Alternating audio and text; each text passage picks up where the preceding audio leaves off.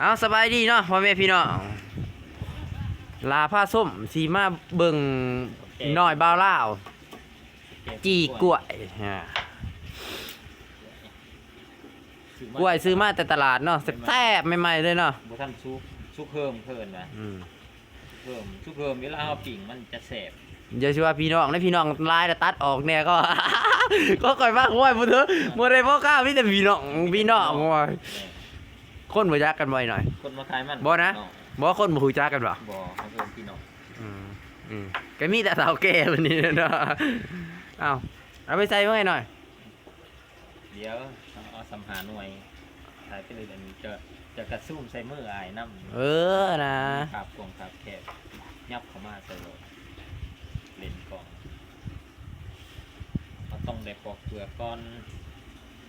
ปิ้งแบบบ้านๆกล้วยบ้านๆมากครับบนกันปิ้งเลยไผ่กับบ่แห้งนะปิ้งแห้งอ่อน